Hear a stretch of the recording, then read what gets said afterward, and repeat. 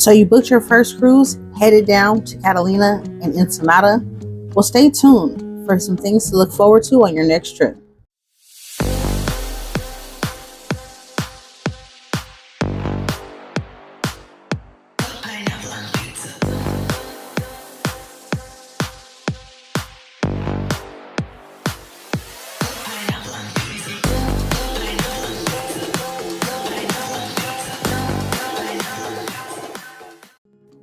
Hey guys, it's LC and welcome back to my channel.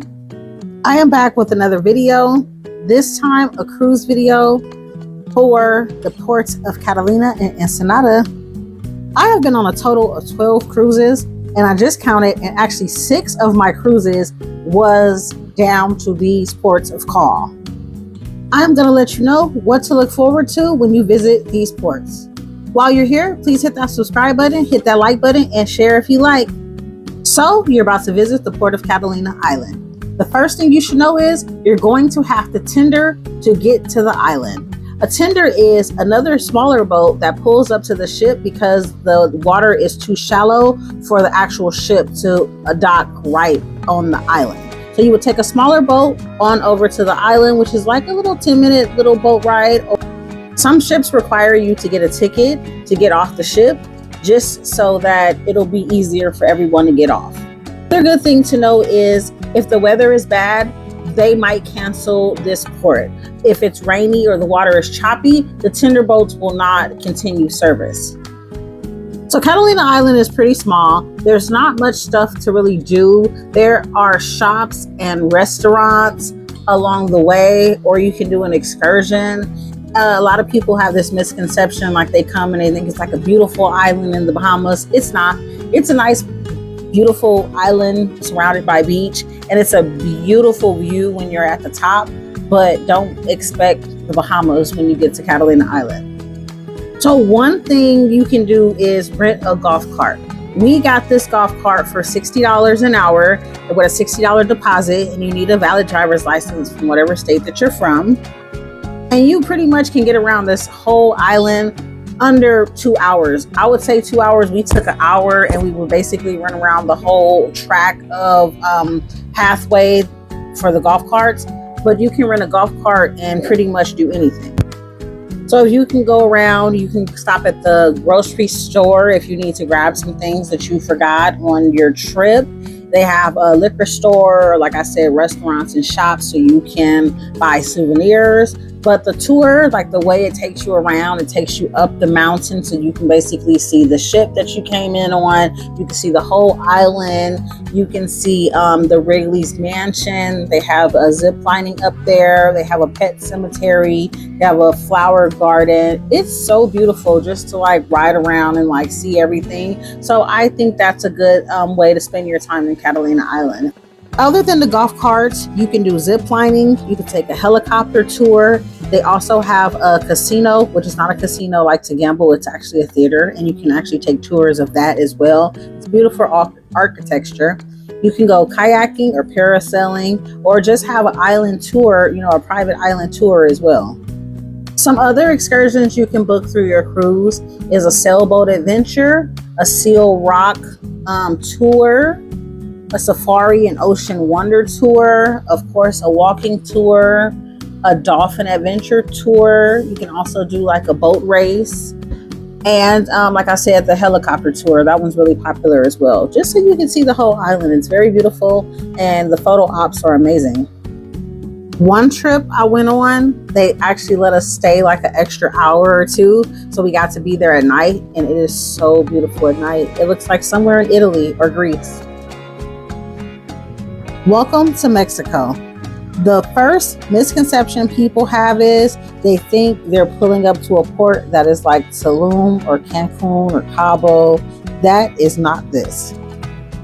Ensenada port is a very industrial port, so there are like work ships and things like that. So when you first pull up, it's really not that attractive.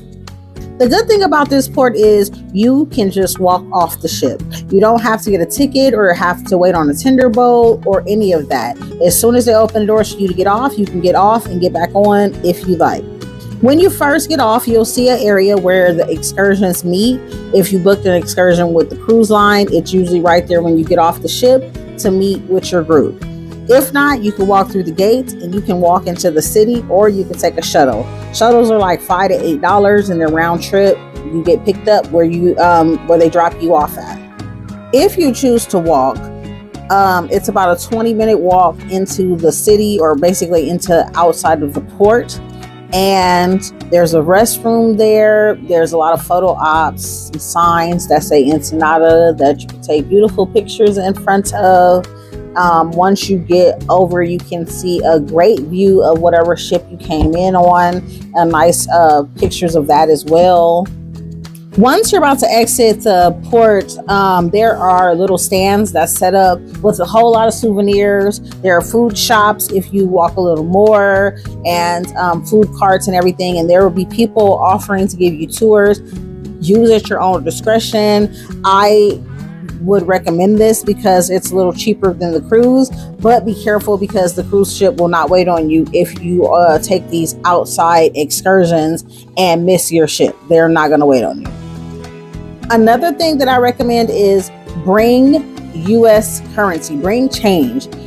And I mean like US currency and like dollar bills, like split the change up. Don't just have 20s or 50s or 10s and stuff like that, because there are a lot of street vendors and they don't have change, and the ATM fees are crazy. You'll also get some people to tell you like about the exchange rate. Just tell them you prefer paying in US currency and they will accept that too. So one really, really popular place a lot of people like to visit when they come to the port of Ensenada is Papas and Beers. So it's a huge restaurant, and they have music and drinks, and it's really, really fun. They like have this thing where like you get lifted up and they give you a shot and shake you around, and it's a good show. But you know, it's really fun. It's like packed out when a couple of cruise ships are docked there. So that's a really fun place that a lot of people like to visit as well. A few excursions you can do while visiting Ensenada. You can do a tequila tasting and bar hop. You can visit the world famous La Bufadora blowhole. You can go zip lining or ATVing, horseback riding, fishing. You can do a taco tour or a food tour in general. You can visit the local beach where it's much prettier from the port. Or you can just do your own thing and just walk through the local city downtown, stop at the vendors, grab some food, and just do your own thing. Don't feel pressure to stick to an itinerary, I tell people, but just make sure you don't miss the ship, because Mexico is fun and they do give away tequila shots and stuff. So, you know, don't miss the ship. Another tip I like to give people is there's a lot of street vendors and people with kids, and they'll be coming up and they'll be handing you stuff or trying to get you to buy stuff. Don't accept anything, because then they're gonna like make you pay for it, and you just don't want any troubles in Mexico with a situation like that, you know. So if you don't want it, just say no thank you, don't get to touching on it, and just move forward. Well, I hope you enjoy your cruise. I hope you enjoy the ports of call of Catalina and Ensenada. If you have any other tips you want to add to this video, can you drop them below, because it'll help everybody. And thank you so much for watching this video, and enjoy. And until then, check out the rest of my other cruise videos or cruise content, and I'll see you in my next video. Bye.